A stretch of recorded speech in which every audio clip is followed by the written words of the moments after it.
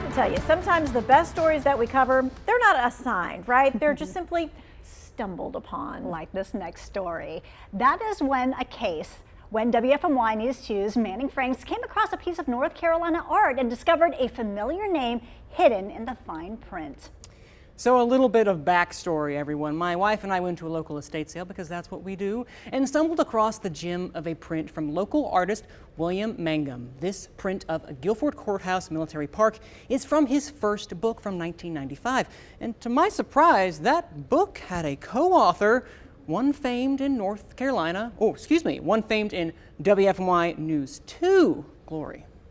For over 50 years. So you can see the variety of colors in our state from the spring to the fall to the winter. William Mangum's brushstrokes have painted the soul of North Carolina one landscape at a time. I took my life savings, $4.98, and I bought a little set of Grumbarker watercolors, and I began to teach myself how to paint. Through watercolor and acrylic, Mangum enshrined the world's natural beauty onto a time capsule of canvas. As an artist, it's my duty to make you see it in a different light.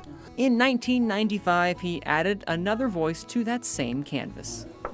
The voice of WFMY News 2's Lee Kinard. I'd like to give you an idea of what it's like in downtown London on a Friday afternoon. The broadcast legend lent his powerful prose to the palette of Mangum's first book, North Carolina, Behold the Beauty. The two friends had known each other for years, each one respecting and admiring the other's artistic work. And I have such fond memories of him taking a liking to my work. He would constantly invite me to the studio to paint live, and he would even come to my gallery and help us broadcast new themes. Their friendship culminated in a creative partnership, Mike and Brush coming together to tell a story rooted in Carolina skies. Using Lee once again in part of the marketing was unbelievable. The result? A unique 100 print collection of coastal sunrises, mountainous majesty, and perfect Piedmont charm. Sold out almost immediately. When I did this book, it was a part of preserving our state. Now Mangum looks back fondly, not just at the book, but the man behind it.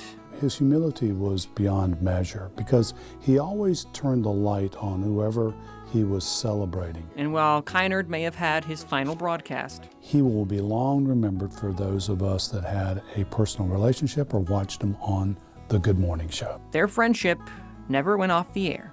In Greensboro, I'm Manning Franks, WFMY News 2.